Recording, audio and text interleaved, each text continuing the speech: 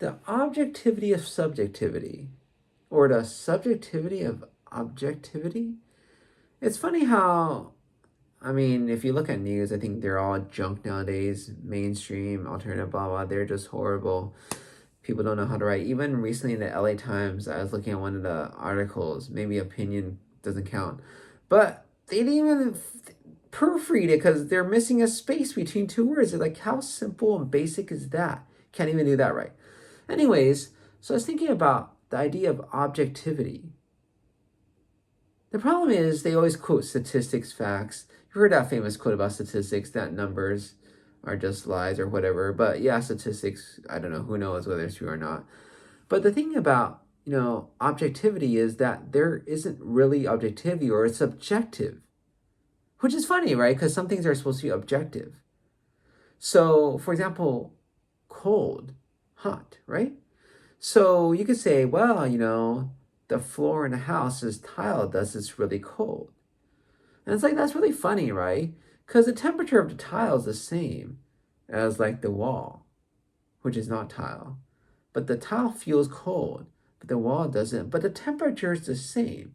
And objectively, most of us would define cold, hot by temperature. So then you have to say the tile is the same warmth as the wall, which everybody is saying, no, the tile is colder than the wall. That's because we experience things in a certain way and interpret it in a certain way, right?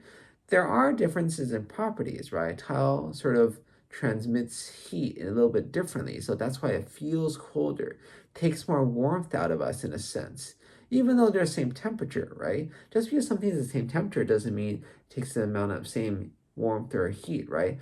Something could be hot, right? But it can be radiating heat, or it can be just hot and not radiating heat. They're both the same temperature.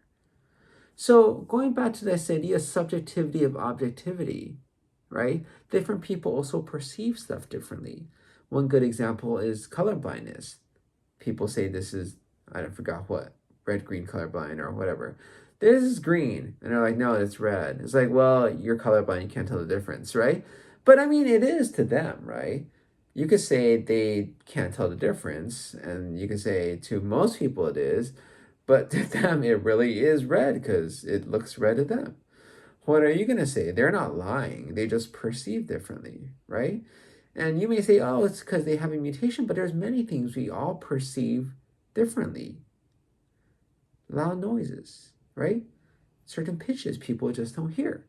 Thus, it's not loud because they don't hear it. And to me, it's very loud because I hear it, for example. Or there's certain sounds I just hear because I have better hearing. Probably because never listened to music when I was growing up, never put on headphones, earbuds, blah, blah, blah. So I hear stuff and then other people don't hear it. They may think I'm crazy, but there's a sound there. They don't hear it though. There's no sound to them, right? Isn't that funny though? All these things are objective, right? A sound, cold, hot, red, green. Yet, they're subjective. I think that's one of the interesting things of life, right? We think of it as there's real things and there's fake things, right? Things in your head, right?